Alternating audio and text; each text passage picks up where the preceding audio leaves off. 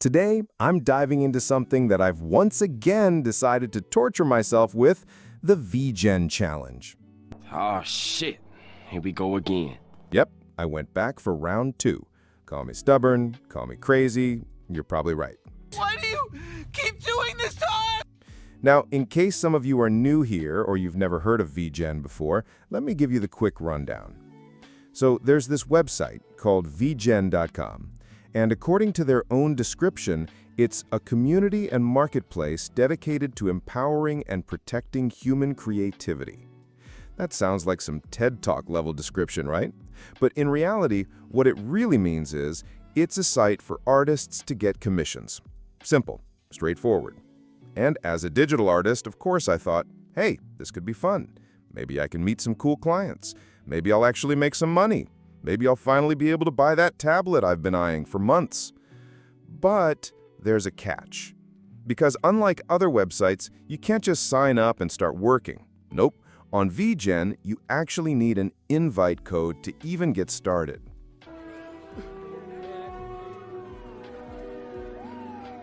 And trust me, getting that code is basically a whole side quest of its own. So, here are your options. Option 1, beg people on Twitter. Option 2, beg people on Reddit.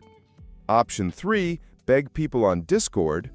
And finally, Option 4, join the monthly VGen challenge, where you post your art, hope people vote for you, and then maybe, just maybe, you'll get a code.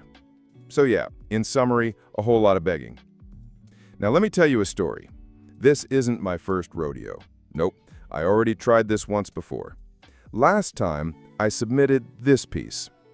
Now, I'm not saying it was the greatest masterpiece of the century, but honestly, I thought it was good enough to at least get picked.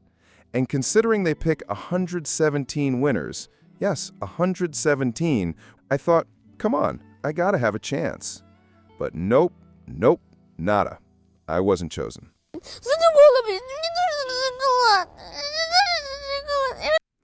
And when I went to check the winning entries, I was like, oh, yeah, okay, that explains a lot. Some of those pieces were next level. I mean, the kind of art where you just stare at it and think, how do people even do this? Are their hands powered by AI? Do they secretly have 6 arms? So yeah, reality check for me. Really? No. But you know what? I'm not the type to give up easily. So here we are again, round 2. He's at it again! This time, the theme was mirror. Now, step 1 of every challenge is finding an idea. So, like any normal artist, I did what I always do, looked at other people's entries first. Not to copy, but to kind of see what directions people are taking. You know, gather some inspiration. Some people might call this cheating, but hey, I call it creative research. Wow, I'm so smart! Then, of course, I did my Pinterest deep dive. You know the deal. 5 minutes on Pinterest actually means 2 hours of scrolling, saving way too many references, and then realizing I'll probably only use one of them in the end. And after collecting a bunch of references, I moved on to sketching. And let me tell you, these sketches were rough, like really rough. So rough that if I showed them to anyone else, they'd probably ask me if I was drawing or just scribbling on paper while talking on the phone. Honestly, even I wouldn't understand them if I looked at them tomorrow. And after all of that brainstorming and research, what did I end up with? The most cliché idea ever. A reflection in a broken mirror. And there seems to be no sign of intelligent life anywhere. Yep, super original, right?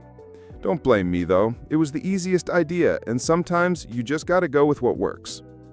For the main character, I decided to use one of my own OCs. If you've seen my previous videos, you probably recognize her already. And this time, I didn't really care about winning or losing. I just wanted to create something that looked nice, finish it quickly, and not stress too much about it. The whole drawing took about 4 hours, which is actually fast for me, considering I usually spend half of that time just staring at the canvas, questioning my life choices.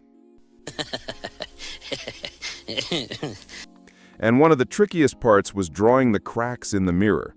It sounds simple at first, just draw some lines, easy. But no, The cracks have to look natural and balanced, and not like a spider just decided to crawl across my artwork. And when I finished, I thought it looked okay. But of course, the very next day, when I looked at it again, I realized, wow, I could have done that so much better. So yeah, this is the final result. What do you guys think? Better than my first attempt? Worse? Somewhere in between?